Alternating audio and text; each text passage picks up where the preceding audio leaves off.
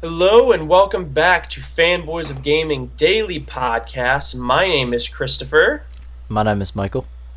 All right, and we've got some real nice stuff for you today. We've got game remakes, we've got Marvel making games, we've got companies closing, and something extremely interesting to me, Microsoft not having a presence at Tokyo Game Show. Yeah, Microsoft officially, they're not having an official booth like they did at E3. So they're just kind of like, we're not going to TGS. And they didn't give a reason why. So I don't know. When I read through articles and stuff like that, trying to figure out why Microsoft's not going to show up to that, because at least for Sony and Nintendo, that's a bigger place because that's their home field. So Oh yeah. I understand. Yeah, like you said, I understand that Microsoft doesn't really have, or more specifically, Xbox doesn't really have that big of a foot in the door in that region of the world. mm, They're all PlayStation and Nintendo over there. Personally, though, I think they just have they compared to Sony, Xbox really spilled their guts out on the stage. Like all the stuff they're mm. working on, all the new stuff, and it wouldn't surprise me if they're just like, well, we already showed it all. I don't know what else we have to Well, show. they still got Quantum Break and another exclusive. I don't remember which one it is, but it's one of the bigger ones that a lot of people are looking forward to this year. But I think they were doing them later on in the year. Because I think there's one or two more, Gamescom. Gamescom is where they might do that. That's another one coming up. But TGS, I think, comes first. So, I don't. But like I said, yeah, Tokyo Game Show is big for Capcom, Oh yeah. Konami, all the big Japanese studios, at least the ones that we know in the West here. That's where a lot of their stuff comes in, and then we see usually the abstract games coming out. Sony's probably gotta announce something decent because their E3 thing was kind of like, yeah, they had The Last Guardian and Final Fantasy VII, but they didn't have anything about software at all. Oh no. So I'm No. hoping they come out and do some stuff there. But Microsoft, Xbox is still gonna be at Tokyo Game Show. Like there'll still be Xbox Ones and stuff like that Oh yeah, for but just nothing really playable there. demos. Yeah, but no official Microsoft booth. Right. Yeah. Well, you mentioned Konami back there. We got Kojima Productions translation of Breaking Up. Yeah, the voice for Snake in the Japanese versions of the games, he had tweeted out that basically, from what he understands, is that Kojima Productions is breaking up after Metal Gear Solid 5 is finished because the game's almost done, or it is done. They're just putting the finishing touches on it, and then after the game comes out, they're breaking up Kojima Productions. So we might finally have the answers to the whole Konami Kojima thing. It's been it. I don't know. It's getting kind of ridiculous Yeah, because I the mean, dude makes them a crap ton of money. yeah, but it's also like a huge chunk. Maybe he made that part just not be making enough money to keep it, to afford it for all the work that they do. It might not be, yeah, we make a lot of money, but with all this work they have to do, all the hours you have to put in, plus Yeah, funding this thing, it might not be worth it. true, Konami could just be moving away from video games. true. They're spread pretty thin, at least when it comes to Japan related things. Because in the West here, they don't really have anything other than games. Whereas in Japan, they have gyms and they have casinos and they do a ton of other random stuff. Konami makes uh, card games too. I believe they make Yu-Gi-Oh actually. They do. How come we never get Yu-Gi-Oh casinos? I want a Yu-Gi-Oh casino. Because I doubt they're the actually Yu-Gi-Oh themed. I was just making a joke. That'd be really cool if no, there was a Yu-Gi-Oh casino. that would be cool. I would like that. Some I Yu-Gi-Oh would. slot machines. Right. That'd be sweet. You I get don't know. three blue eyes white dragons, and the ultimate one appears, and then you just get a shit ton of coins. Yeah, you get a shit ton of Oh yeah, coins that on you can slot. redeem for Yu-Gi-Oh cards. You No. don't get Okay. money. You just get to redeem Yu-Gi-Oh cards. Yeah, but just like at Chuck E. Cheese with like prize winning, they'd probably make you pay like a ridiculous amount of tokens just to get whatever you want. Like True. But some things you are end up spending half the slot machine on like a common card. You know what I mean? true. You But know, sometimes it works out. I don't know. But Konami is they do a lot more than games over in Japan. So it's so maybe for them, yeah, maybe they're just like, we don't want to invest all the time and money into this anymore because it's not as profitable as these other things we're doing. And I'm right. sure Kojima's expensive to keep because he's really good at what he does. So I don't know. Maybe they let him go and then he gets picked up by another studio, or maybe he goes and makes his own studio. Who knows? Or maybe he just retires. But I highly doubt that because he's always that guy's comes up with some crazy stuff. Comes up with really new, not necessarily new, but he takes things and spins them into a way that makes them newer to people and creative. Oh yeah. Sometimes he comes up with new creative stuff, like when they originally came up with Metal Gear, because there weren't a lot of stealth games out like that at the time, if any, and it's one of the biggest stealth games in the world. So All right. we'll And see. then we've Money got talks. Go ahead. yeah. We got Marvel focusing on games. Now, the real big deal here is that they seem to have emphasized the fact that they're focusing on quality games. And when we say Mm-hmm. that, we don't just mean that, like, say, Ant-Man comes out. All right, we got to make an Ant-Man video game. Yeah, Got to do it. Next Spider-Man movie comes out. Got to make a game. Got to make yeah, a game. Follows movie Fantastic Four. Got to make a game. yeah. A lot of companies are done with making the movie games because they just don't make a lot of money, and they have to make them in like 9 months, which is why they Right, suck. all the game, like between the time that the movie was revealed Yeah, and like when it's released, so yeah. it winds up just not being too good. Yeah, like Rise of the Darkspark. Like, I thought that was a great game. That was fun. no, it's not that it's a bad game. I'm just talking like the Earth scenes graphically. The Earth scenes were horrible. The graphics for it were horrible, and like Grimlock, the way he transformed, like you could see all the weird polygons and stuff, and his body just like not transforming right. I gotta say, Optimus Prime and Bumblebee looked way better on Earth than they did on Cybertron. Well, the Cybertron thing was it was supposed to be more G1 related, so that's why they kept them very similar to how they were in the original cartoon, anime, whatever you want to call it. I don't know what kind of universe they're walking in.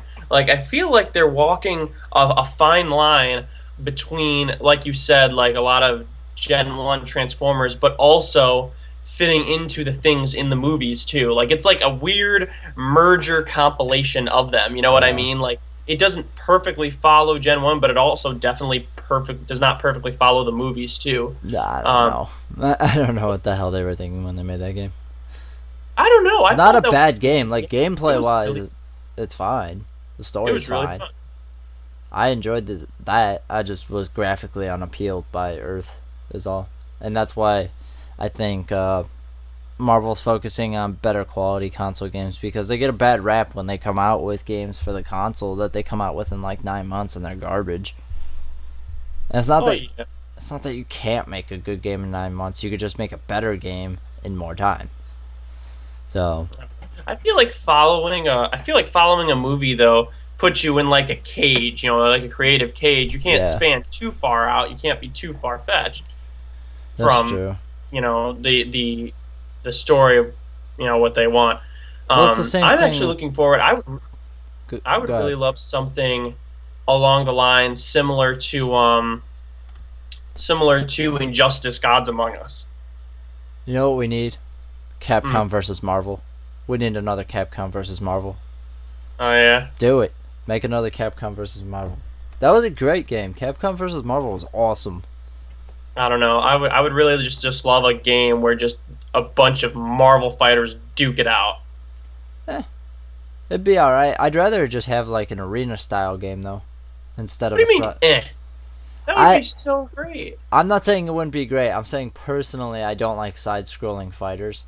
Like Injustice is great. Don't get me wrong. I just don't like side-scrolling fighters. That's why I don't play Mortal Kombat. That's why I don't play Injustice. I beat Injustice, but I beat it because I like the storyline. I didn't beat it because I like fighting games. I'm horrible at fighting games. I don't even know why I talk to you about games. I just don't like. I'm not good at fighting games. I just don't enjoy the styling. It's not that they're bad games. Fighting games can be really great. Want to I'm play just some Smash on Jungle Japes, Mike? no, I I'll don't. show you. I'll show you how I feel about fighting games. Smash is an exception. Smash is good. There are good like fighting games I like, but it still doesn't mean I'm good at them. I usually still suck at them. I'm just Yeah, you do. not good at fighting games at all. Yeah, you do. So, I mean, I don't know. I'd like to see that. Sure. I mean, I'd suck at it, but it wouldn't be a bad idea. But then again, you'd get people, oh, you're just making it because they made Injustice. And there was supposed to be an Injustice too, and I don't know what happened to that.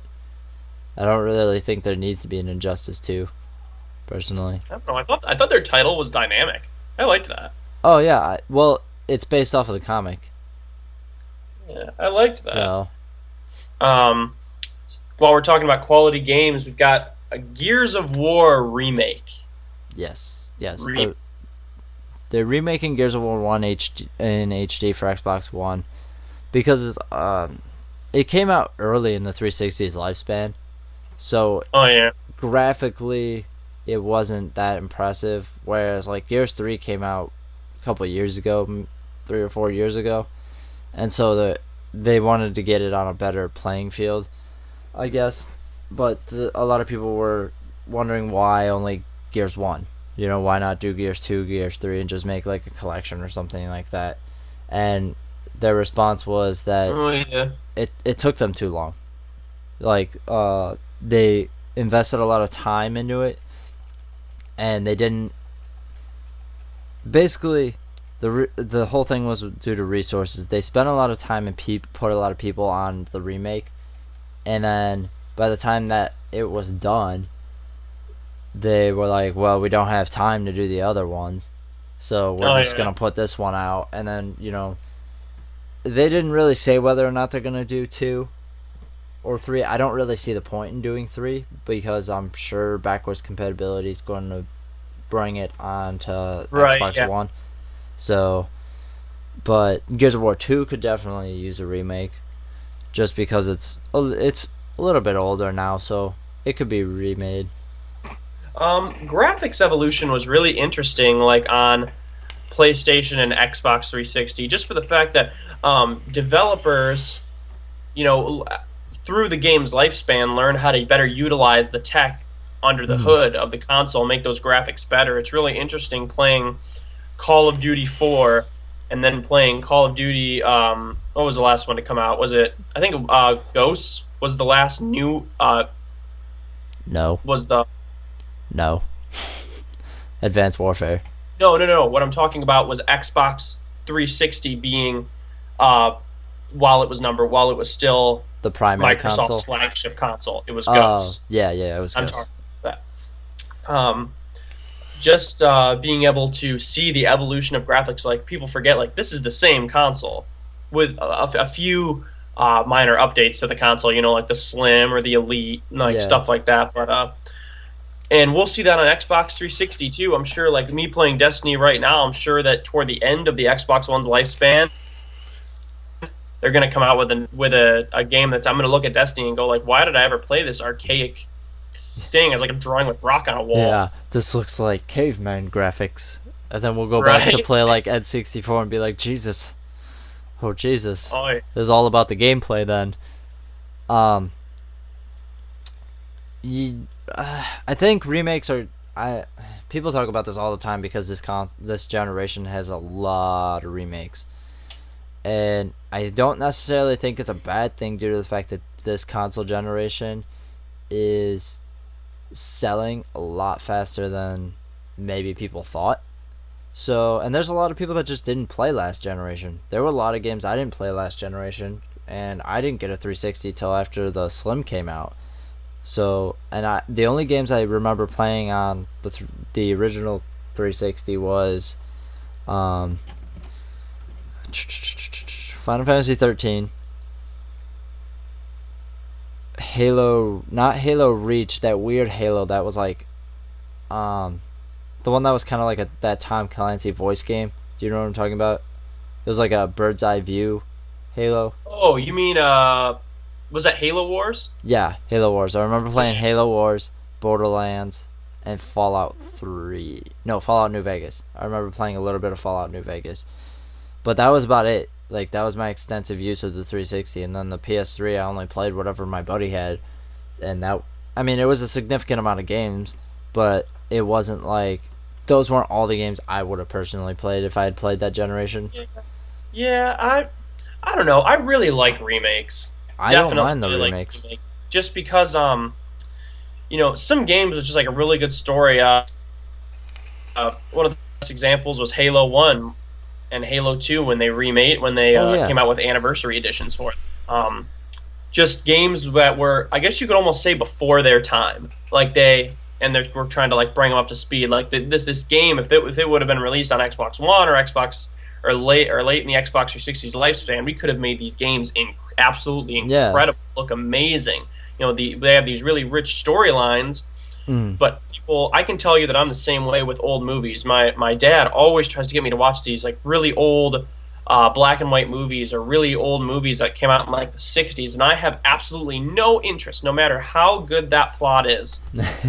Cannot You stand. can I you can't cannot look at stand. it. I can't look at it.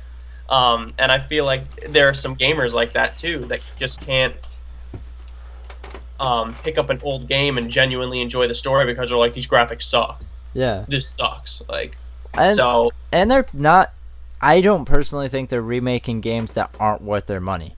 Like, hell, like they redid Super Mario 64 on the DS. It was Super Mario 64 DS. And it looked a lot better than Mario 64. It was basically Mario 64. They added a little, they added some more things into it, some more oh yeah. worlds and stuff, but they're justifiable. They're like, people love these games when they came out. They still play them now, so why not make it better? Like, certain games, God of War 3, I don't really think God of War 3 needed a remake, personally, because that game isn't that old. And I saw the side by side comparison between the PS3 version and the PS4 version, and it's almost it's what the same problem I had with a lot of games when the PS4 first came out. The difference between a late PS3 game and an early PS4 game isn't graphical. The graphics are the exact same, but the lighting is different. The way the developers control the lighting made a huge difference in the way the graphics looked. As stupid as that sounds, um, and so when I looked at them, I'm like, the graphics are almost exactly the same. All they did was, basically, it kind of is like a Photoshop. They just kind of touched up things a little bit, made them a little bit crisper. But that game, I don't think is justified for a remake. Personally, I'll probably still end up freaking buying it. But I never played it. I never I don't played agree it, with it, but somehow the money's just gonna float out of my pocket and and I'm gonna into buy their it. wallets. Well, I never played it, so I personally probably will get it. And a lot of the remakes again are for people that just didn't play the game, the original game, and that's why they're remaking them. The remakes and Game of the Year editions are similar, if not the same. The Game of the Year edition thing is the same thing, except you get free DLC for it. Oh So yeah. I think Game of the Year editions are great too, though. So because the Game of the Year edition is a second chance to grab people's attention, and that's why they make remakes too. Like The Last of Us, they did the same thing with that. They include DLC, so Last of Us was great. I absolutely loved The it was Last a of good Us. game. But we are done talking about old games. We are getting to the meat and potatoes of today's cast. Kingdom Hearts 3. Yes, Kingdom yes. Hearts. Yeah, if I am the only person that was wowed by that E3 trailer, No, then y'all are blind because that was fantastic. You see so many new aspects to Kingdom Hearts. I feel like that got a lot of gamers excited. Specifically, I loved how you could see that the multi-platforming system, like all of these Kingdom Hearts games, because they were on lower res consoles, their world was very Yeah, flat, flat for the most part. That and there flat were for the most loading screens. loading screens. Yeah, and they traded that in with the newer consoles. It's like a very open world. You can see in the trailer, I believe it's Olympus Coliseum, that everyone is that this world that you're in. But you see like there are huge canyons and cliffs. Hmm. Um, a lot of new Keyblade transformations. Yeah, there's a lot of new supers and they're not supers, they're specials. I would say. I think they added in some new specials with the Keyblade specifically, like how he did. He like dual wielded the Keyblade as like a pistol, and then turned it Two into a pistols, cannon. yeah, and then he turned it into a cannon. So I'm excited for that. I'm excited for the new summons. I'm excited because the game looks awesome. The graphics are awesome. I mean, Oh, yeah. Kingdom Hearts always had good graphics, I, or I moderately good graphics for the time. I can't help myself from speculating when I see a game like that, like Kingdom Hearts, with such a rich story. I can't help but speculating on just little things they snuck in. But before I go to that, I want to point out that this game is still very much in development, Oh and yeah. there are a lot of subtle hints if you have the eye or ear for it. Um, the best example, if you've played Kingdom Hearts Dream Drop Distance, you'll notice that the sound clips for Sora when he is using his Keyblade are taken directly from that game. So, Oh yeah. um, They probably just use the same samples. oh yeah, because I have a feeling that this was heavily scripted, like really Oh. heavily Oh scripted. yeah. They probably sat down and just specifically like blocked off everything that wasn't like particularly ready, and they're like, we need to show like what the game's actually gonna look like and how it's gonna play a little bit, Right? They're like but we're still not gonna easy, put it out until 2018. easy. Like if like I guarantee, like as soon as you see Sora jump off that cliff, I guarantee he fell right through the floor if we would have kept watching it, because Probably. just the There's just fact no that it was. physical property to that section yet. Yeah, right. Like there was just like, if you actually look at the actual structure of the map, you'll just see this really thin line that Sora was walking, and those are the only physical tiles Yeah. that Sora can walk on. We see a lot of new Heartless. Um, One of the things I can't help but speculate on is I noticed that at one point at that trailer, Sora was wearing his Kingdom Hearts 2 outfit, and Mm. then we see him in a new outfit. Mm. So it makes me wonder: is there going to be like maybe flashbacks to, like other times during, like maybe things adding little tidbits from other games that we didn't play through, stuff that we didn't Hmm. see, just a little add to make the story a little richer, or Uh, I think, personally, I think they'll just do what they've done previously and just have the game be an exact continuation. Like when you start up Kingdom Hearts 3, it's probably gonna start up. At least this is my assumption. Is that when I start up Kingdom Hearts 3, I'm expecting it to be like I just closed my 3DS from Dream Drop Distance, and here's the continuation of the story. Because they did that with the they did that between one and the one with Castle Oblivion in it, the card game. I can't remember what it's called. Chain of Memories. Chain of Memories, and then two. So like one Chain of Memories and two were all like simultaneously linked, but a lot of people didn't get why two started off the way it did because they didn't play Chain of Memories. Oh So yeah. I'm talking more along the lines of, 358 over 2 days, oh yeah, revolved around Roxas and uh, his time in Organization 13, which takes place. I believe the time zone is right at the end of Kingdom Hearts 1, all the way through Chain of Memories, and right to the beginning of um, Kingdom right Hearts to the 2. beginning of Kingdom Hearts 2. Because even if you played through Chain of Memories, when you still start out, you're like, who is this guy that I'm playing as? Like, who is Roxas? Why am I not Sora? Why does he have Sora's Keyblade? This little things along that line. I wouldn't be surprised if maybe they reach back into different games to show you things that you just didn't know about, just little Yeah, things to add to the story. or It'd be better than the encyclopedia. oh yeah, So based I'd prefer or just cutscenes. yeah, or something that I'm really hoping is maybe Sora achieved the mark of mastery, and maybe that's what gave him um, a new outfit, and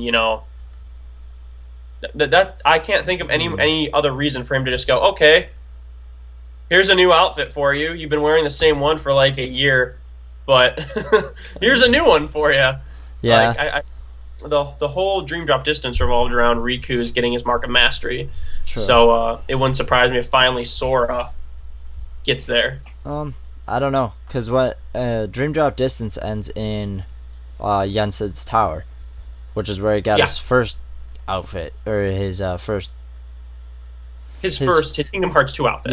yes, that's what I mean. His first change in outfit.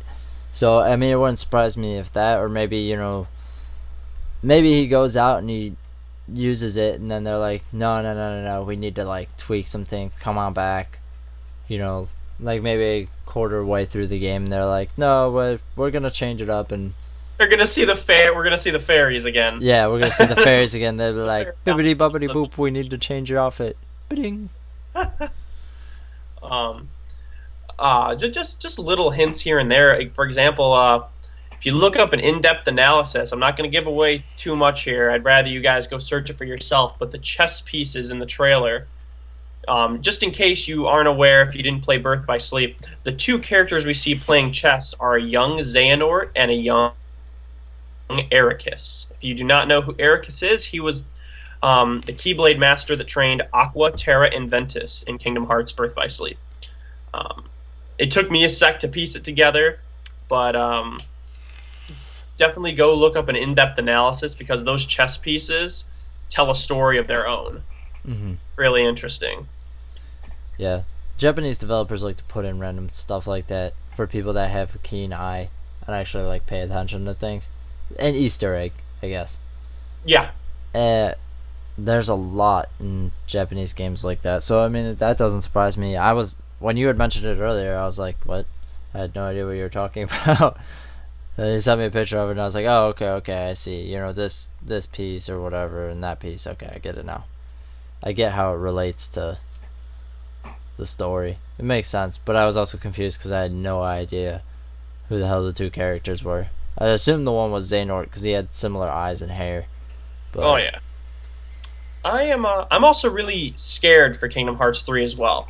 They they dubbed this the Xehanort Saga and that they were yeah, ending it with Kingdom Hearts 3. Now, I feel like all of this weaving around in all of these games, um, what are they going to do now after Kingdom Hearts 3? They're going to release maybe a new villain for Sora to fight, and then they're going to do another prequel which takes place before Birth by Sleep. Like just the weaving around, I don't understand how they're just going to move forward now. I I hate saying this as a fan of the series, but I think it might be time to just put it to rest after this game. You know what I mean? Or Oh, I give would it still, or give it a little bit of a rest. Let the game come out and then wait maybe, 5 years, and during that 5 years, whatever, 6 years, work on a new game, and then just kind of like drop it in people's laps and be like, oh, by the way, new Kingdom Hearts game in the fall. oh yeah. What wouldn't surprise me is a new cast of characters for a new game. Yeah, I I could see that that. I could definitely see that. Even um, this is just off the top of my head, but let's say the new set of characters has either Riku or Sora as an older Keyblade master training a new group of people. And through prequels and such, we see maybe like a post story after Kingdom Hearts 3. After watching the dust settle, watching what happens after they defeat Xehanort or whatever happens. Mm-hmm. Uh, Or yeah, just things like that. It's just really scary for me. A huge game like this, I don't want it to be the end of Kingdom Hearts, but the way they've lined their ducks up, I'm not sure that they're gonna really pave a way for another Kingdom Hearts. mm-hmm. I I've seen a lot of people analyze series and things like that and talk about these games. Somebody particularly had mentioned like Call of Duty and Assassin's Creed because they're yearly games.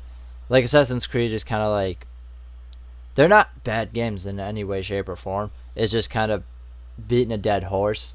The storylines are uh, they're not lining up as well as they used to, at least in my opinion. So if they do another game, it I don't want to see the same freaking thing they did before and be like, okay, well, here's Kingdom Hearts 4. And then a year later, here's the prequel to Kingdom Hearts 4, but it's only on the new Nintendo handheld.